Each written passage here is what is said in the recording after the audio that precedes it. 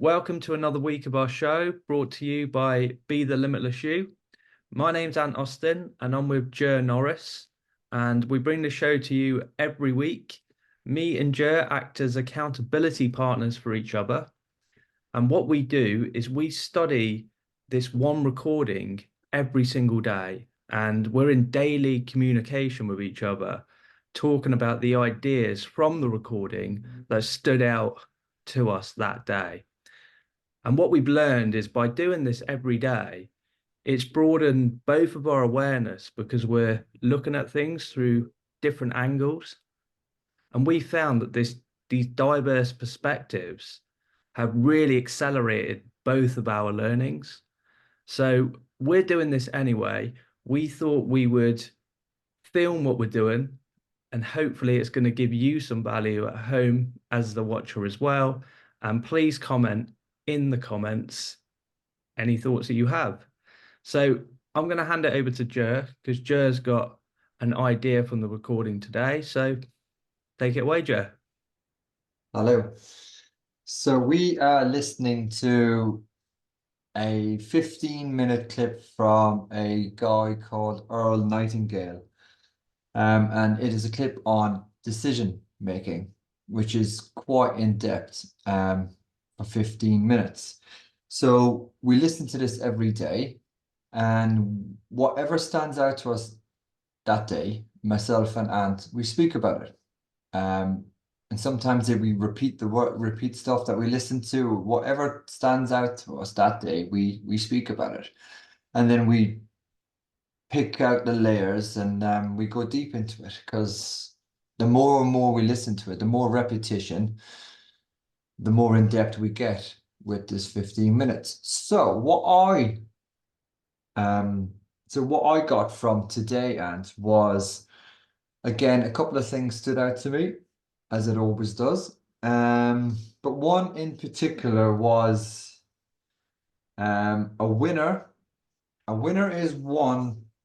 Okay. A winner is one that responds authentically by being credible, trustworthy, responsive, and genuine. A loser is one who fails to respond authentically. Again, I've listened to that, like we've listened to this now for, oh, we've listened to this for numerous weeks now, and I've heard them words, but today they were very, very clear, extremely clear. And I'm not really sure why they jumped out at me today. They really did. A winner is one that responds authentically by being credible, trustworthy, and genuine. Credible, trustworthy, and genuine. A loser is one who fails to respond authentically. I think, right, it's standing out to me for a reason because who I want to become.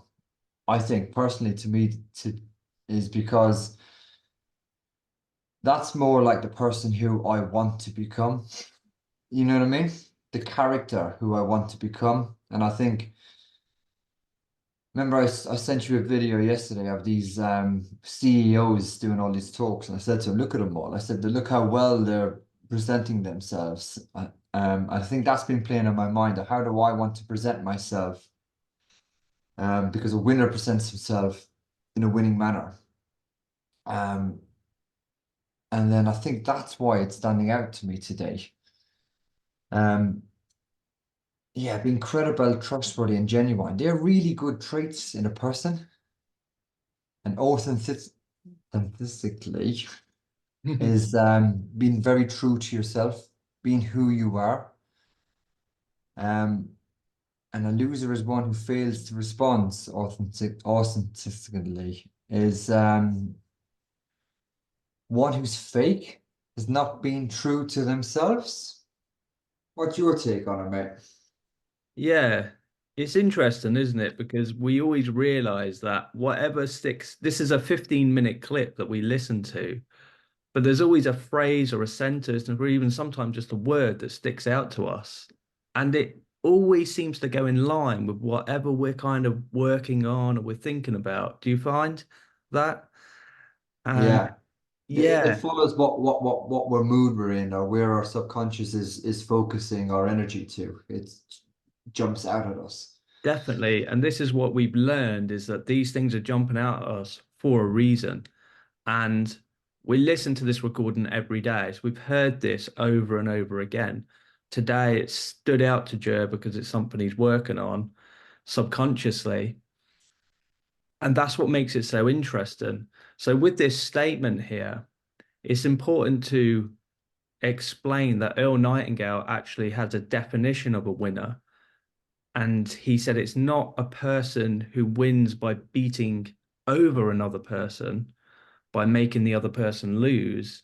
A winner is a person who is being his authentic or her authentic self.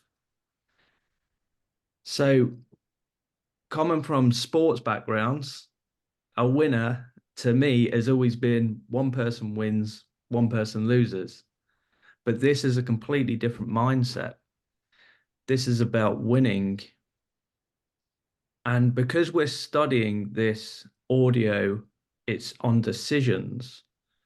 I think a winner, the way I'm reading this, is that a winner responds authentically to a tough situation or circumstance that's being presented to them, whereas a loser is one who fails to respond authentically.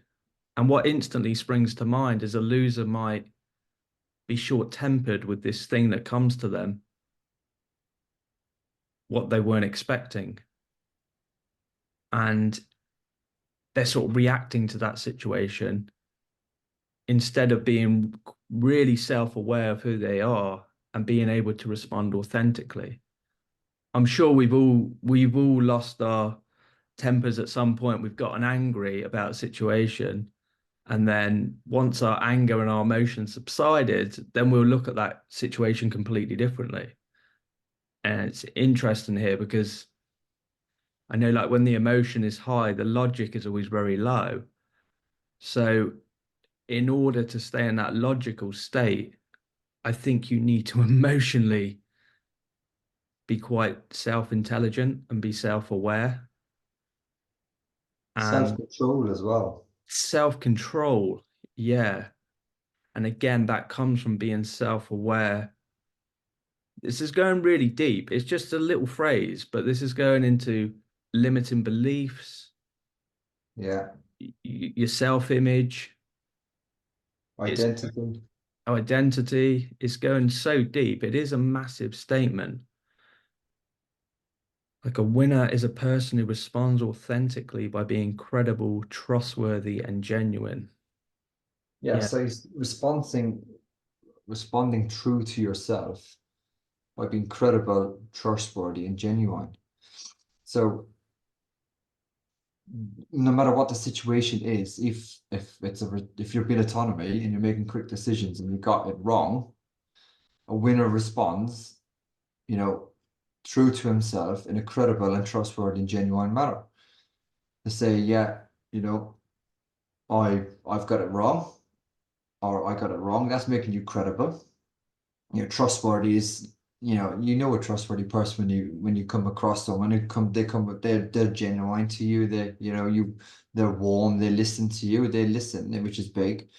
That's how you gain trust with people. You listen to them and then you take on, and then you're genuine. You're not someone who listens and then they'll ask you that what we talked about the next day and you don't have a clue about it. That's not genuine. That's just being fake. So it's control. It's actually really deep. It's actually like how you can look at it so many different ways. It's how you want to be seen in front of people and how you want them to look at you. You want to be trustworthy and credible because then they'll follow you. If you're a director or if you're um in anything really, like the people will look up to you and they will follow you. If you're dealing with other companies within your business, if you're dealing with, agencies that you need to work with, you want to come across credible, trustworthy, genuine, because people will buy into your idea then. And a loser is one that fails to respond authentically. yeah, it's just you're responding not to yourself, like you're fake, and people will see that you're not genuine. And And then sometimes, you've got no, if you're not genuine, you've got no credibility. You've got no credibility. No one's going to trust you. Um, yeah, yeah, it's really, really deep. I didn't think it was going to be that deep, to be honest. and in the way So, you explained, like a winner responds to, say, a wrong decision by being credible, trustworthy, and genuine, and a loser might respond by saying, "Oh, I made the right decision." First of all, not owning up to making the wrong decision, but something else happened. And if that didn't happen, then this was the right decision. That's not necessarily authentic. And another right, way that I'm looking at this as well is that when you're writing goals for yourself and setting a big vision, that is making a decision as well. And yeah, a if a loser was to write a goal down, they might not even get to the writing stage. They might just think of something that they want, and then they might do a bit of personal development work and they say, well, write it down. They'll go, no, because I could never do that. That they're talking yeah, themselves down, which is not authentic neither, because if they thought it, they can obviously do it. and created, yeah, Is what this is the path that we're on, isn't it? Where whatever we can think in our mind, we can actually bring into reality. It's come to our mind for a really reason. created, yeah, Create it. And with a winning mentality, and it's funny you use the word create because I'm thinking of the science of getting rich now.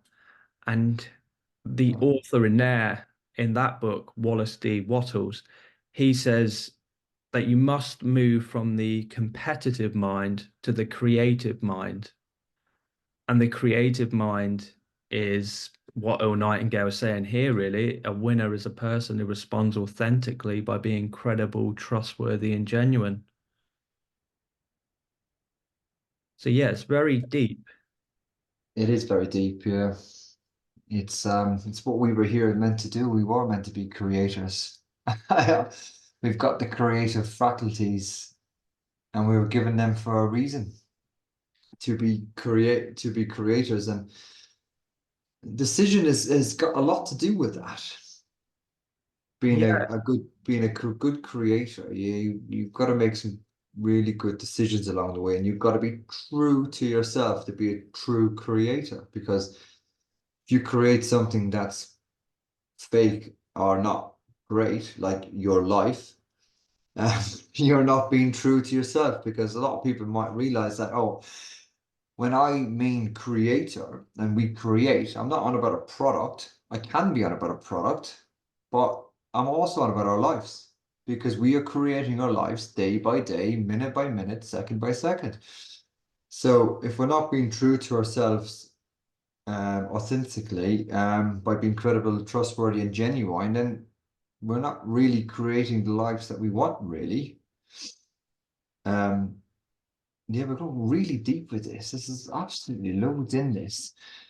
So yeah, you can create products and that'll make you happy and you can create new stuff. But creating your life is the one thing that'll give you true happiness from within. And you have to be authentic to yourself and be true to yourself and make decisions based on your own thinking and not based on what other people do. Because that's the problem with society these days, that nobody is true to themselves. They're just copycats. People are just copying other people and they're not making decisions for themselves.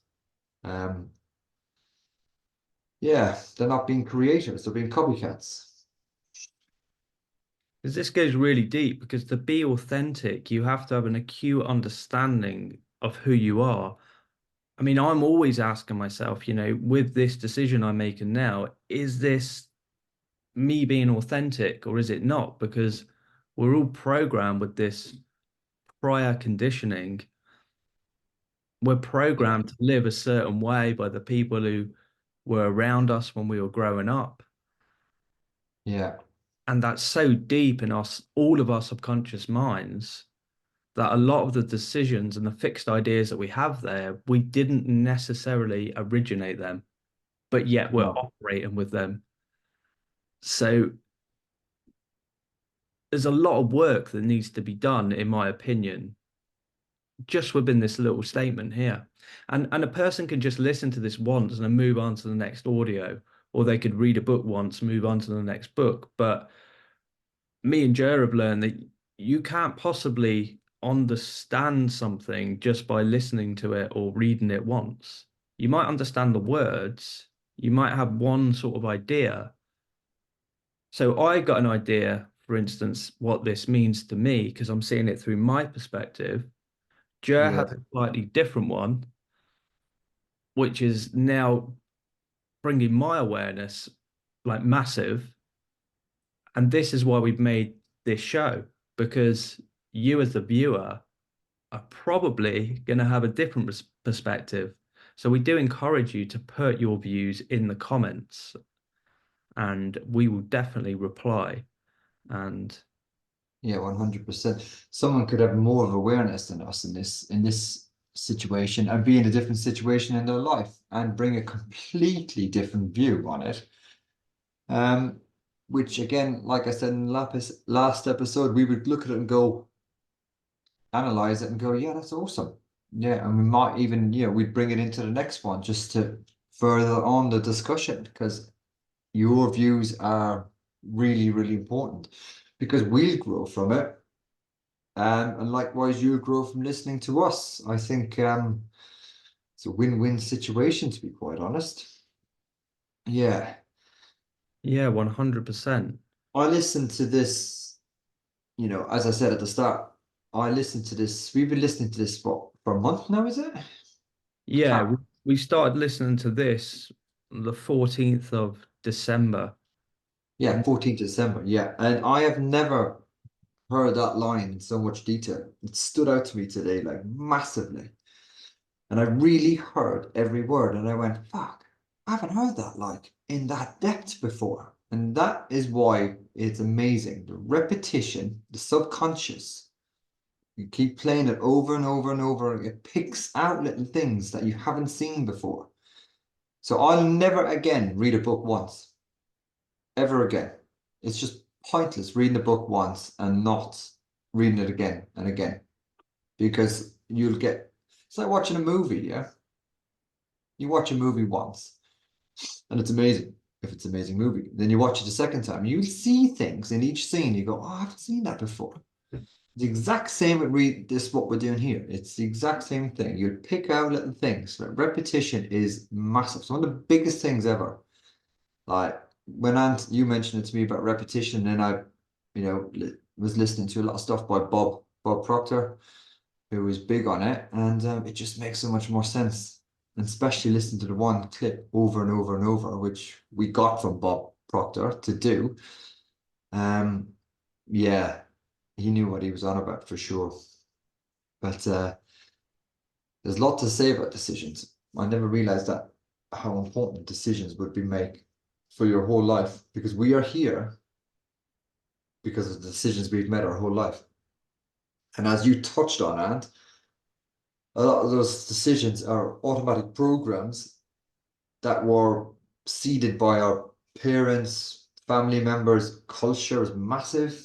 Um, I grew up in a small village, and that probably, all those influences would have influenced my decision making up to where I am now. Um, which is just massive. You kind of look at yourself sometimes and go, who are you?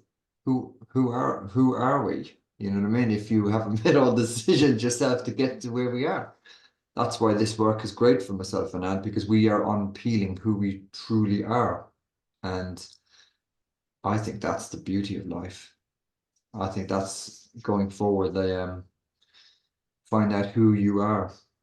Yeah, like because all of your habits, what we're doing as well, we're analyzing like all of our habits and what we're doing because a lot of these habits were not our decisions. And a habit is just formed through repetition. So Yeah. we've been looking at all of our habits.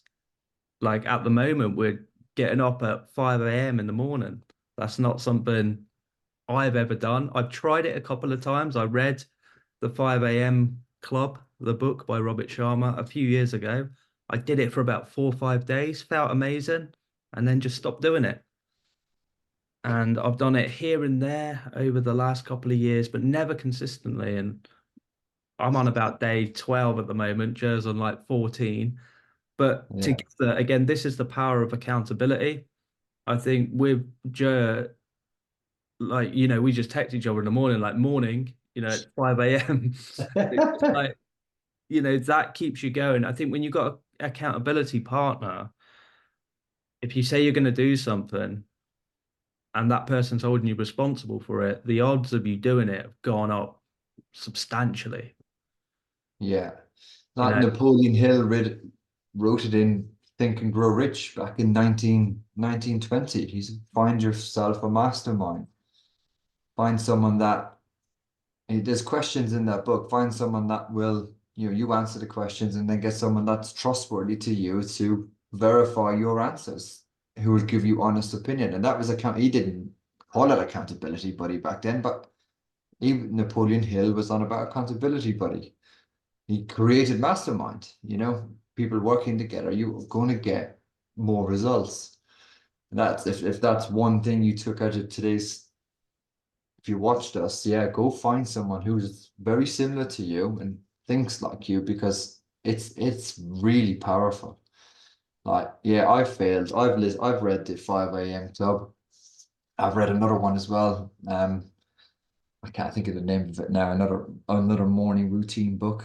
Miracle And Morning, huh? Miracle Morning. The Miracle Morning. That was it. Yeah, yeah, yeah, yeah. The Miracle Me. Morning. Yeah, with the all the steps. The seven steps. Is it something like that? Yeah. And I failed twice on the two books. I think I got to day maybe 25 or something like that, and I failed. And then the 5 a.m. one, I nearly got to day 30, I think it was, but I struggled from about day 15. But we're not failing this time because we've got each other Yeah. to to to um to push each other's on. And because of this work we're doing, the repetition work of listening to Earl Nightingale, we listened to Attitude for 3 months, and now we're listening to a clip called Decisions, which we just discussed earlier. And that makes a difference because it creates more awareness. Um, which again makes us, and we know now that we want to go places, we want to do better. So, but the awareness came from the repetition. See, it all ties in together. Yeah, it's oh, what was I gonna say? I was gonna say something really good there. I just couldn't get it out, right? Right. We've got Oh 10 yeah. minutes left, so let's try and wrap this up. I think it's important to mention here that, like you said, you read the 5 a.m. Club, failed. You read the Miracle Morning, failed. I did exactly the same. And me and Joe both talked about this. We were looking for an answer. True. So we were reading a book once, thinking, oh, yeah, that was quite good. But the answer wasn't there. Move on to the next book. And again, move on to the next book. And never actually really applying these things or not understanding them enough in depth to be able to apply them. And that comes down to the repetition. And everyone tells you do repetition. That's all I've heard through personal development. But they're telling you how to do it.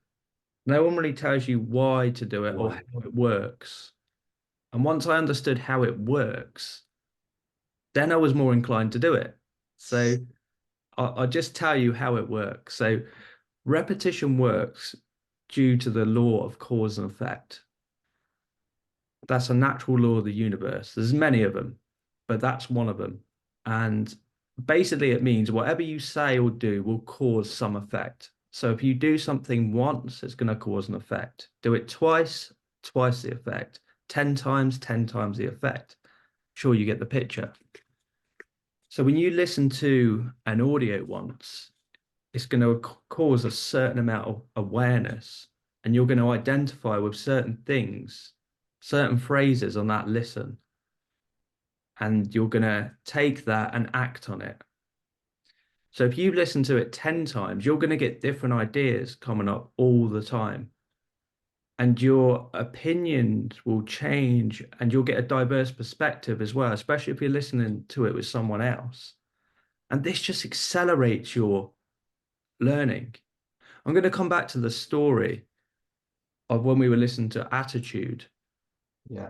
Earl Nightingale said in there, to change your environment, you must change your attitude first.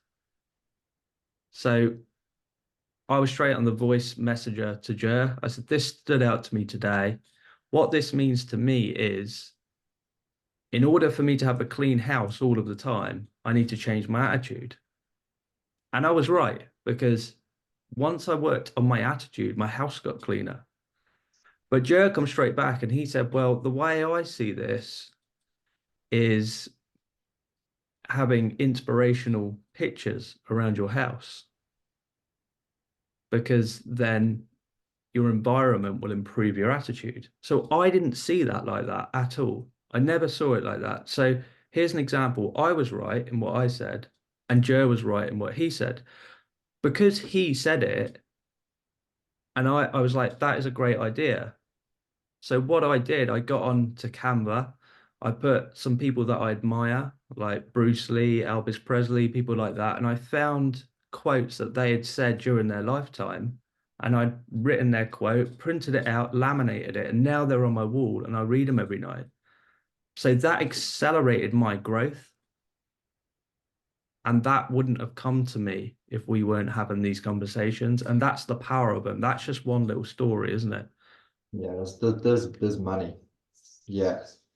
Yeah. Well, when you introduced exactly what you just said, the law of cause and effect, when you said to me, when you do it once, you get one reaction. When you do it twice, you get double the reaction. And it just kind of made sense. Um, and I've just had so much growth from the repetition. It's just been phenomenal at the moment. So much awareness, and it's just from doing it over and over and over. It's just so yeah, I wouldn't have got that if we didn't start to do this.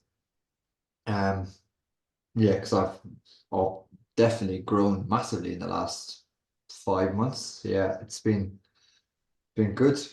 Yeah, and it's all down to repetition. Bob Proctor, he's a genius. He Man is an absolute genius, and he is what he says is gospel. And he is not wrong. You just got to do it. You got to take action. That's the key. You just got to do it and take action. There's no point in reading a book once and putting it down and just leaving it there. It's knowledge is useless without action. So you need to pick it back up, read it again, and then read it again. That's actions. That's cause and effect. You've read the book 3 times. You're gonna have 3 times the input on your subconscious, and then you'll start using stuff from that book if it's good. You will, because your subconscious you'll pick it up. It'll go right in there, and you will act on it. Yeah, This is why me and Jer as well, we kind of do study. We mentioned the other day, we're studying the old guys, we're studying like people like Napoleon Hill, they're not around no more, Earl Nightingale, Bob Proctor, Jim Rohn, but bit the of Brian Tracy. bit of Brian Tracy. But the point is, these guys were not just successful as one-hit wonders or for a few years, they were successful for an entire lifetime. Yeah, So whatever they were doing worked. And it was probably harder to be successful back then because they didn't have the opportunities that we have that exist online now. They couldn't make this video, for example, and just upload it on YouTube. They would have had to, it would have been a much bigger process and they would have had to build programs and everything. And yet yeah, they understood how their mind worked through repetition, how all the laws of the universe work, which haven't changed. The human mind hasn't changed. So we're studying these guys.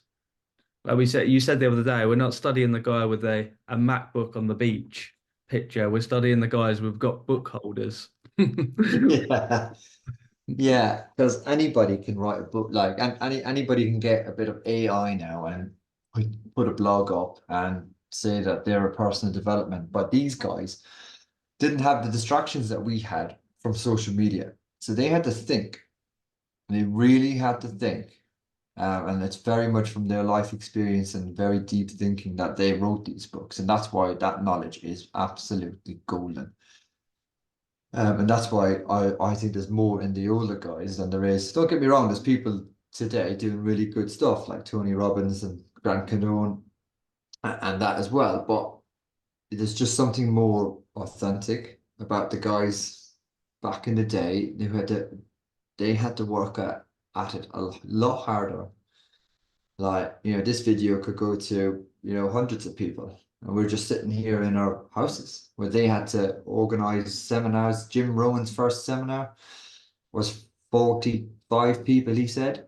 And most of them were his friends and relatives because they felt sorry for him. You know what I mean? That's tough going. Like, so yeah, they are good people to study. But again, there's no point listening to all this stuff and not doing anything with it. And me and Ant have had that problem where we've been searching for this answer, searching for like the next book's gonna make it, it's gonna make me. The next book, I'm gonna make it. But it all comes from inside. I was just going to Like say, what the answer we found was it's us. it's us. We're the We are answer. the answer. So So that book called The Secret, the movie called The Secret is you. We are the secret. yeah. And in order to do something, you first must be something. So if you're not being whatever you want to do, then you can't do it anyway. But I was always looking at the other way around. I thought I needed to learn a strategy, one secret strategy that was going to bring me success. But actually, it's the combination of all of your habits and your self-review, self-reflection, and flush the bad out and replace with the new. Get rid of the old habits, put the new ones in. Get rid of the old beliefs, put the new ones in. And I'm just looking at the timer now because we're down to And last. become who you are. Become who you are. That is the message that we're going to end with. So I hope you enjoy this video. Me and Joe love doing this, so we're going to do it every single week. Please comment. Please comment. We'd love to hear from you, and we'll see you in the next one. Bye. Bye.